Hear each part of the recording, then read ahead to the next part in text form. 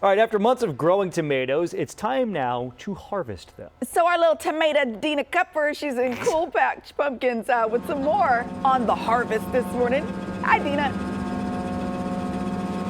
Good morning to all of you. Well, it's a little noisy because we are actually on the harvester right now, and they are working to collect all the tomatoes that look just like this. Right now, we're making our way through the farm here in Dixon, and this is one of the last 2 days of the harvest season. And I want to show you how this works. So they're going to go through these fields, they're going to collect all these tomatoes, and they're going to come up this conveyor belt. And as they come up the conveyor belt, this machine knows how to turn red ones up the chain and how to drop the green ones that are not yet ripe. And then as they make their way through, you will see they get dropped right there into those trucks that you will likely see driving on I-5 and Interstate 80 and 99. All right, let's go ahead. Now that we've showed you the process, we're going to turn things off so you can hear us.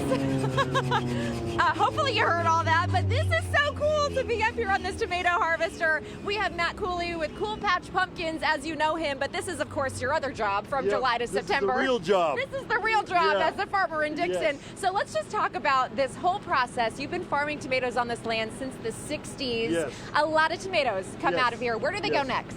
They go to the cannery on the other side of Dixon, which is Campbell Soup's cannery. And then from there, they go to Campbell Soup. Okay, let's talk about how many tomatoes you all collect in one lap back and forth here, and these trucks, how much those hold. Each truck holds about 50,000 pounds. Wow.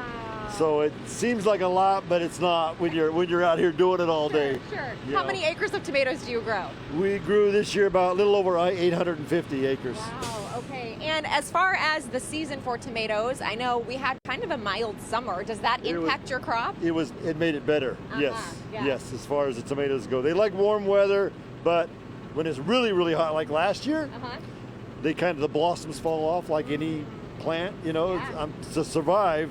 So it wasn't as good, but this year it's pretty good. Yeah, and this machine that we're on, you said this is about 30 years old. So talk about... This one is new. Oh, this is the new one. The other one is 30 years old. This one got we it. just got this year. Okay, but these machines, I mean, they are built to withstand a lot, being out in the elements, being able to work the way they do. So talk about the process. I explained it a little bit, but how it knows how to get tomatoes that look like this and drop all the other stuff. It picks up the whole plant.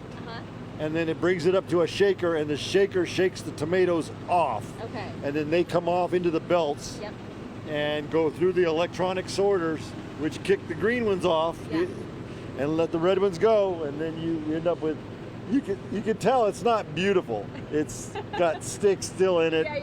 But that's how it does a good job. It does. And I asked, don't the tomatoes get bruised? I mean, they kind of get, from the conveyor belt lobbed in there, but you said they've become harder over the years to withstand getting dropped into those bins. Over the years they developed the different kind of varieties which are harder and are full of juice instead of just a big, like the big soft ones you have in your salad.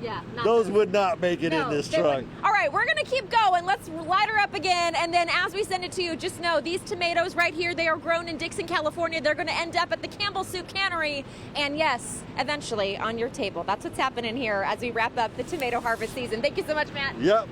All right, let's go. We're so glad you asked about the bruising, because we were all thinking, how do those tomatoes not get smushed going through that machine? Now it all makes sense. That's incredible. Yeah.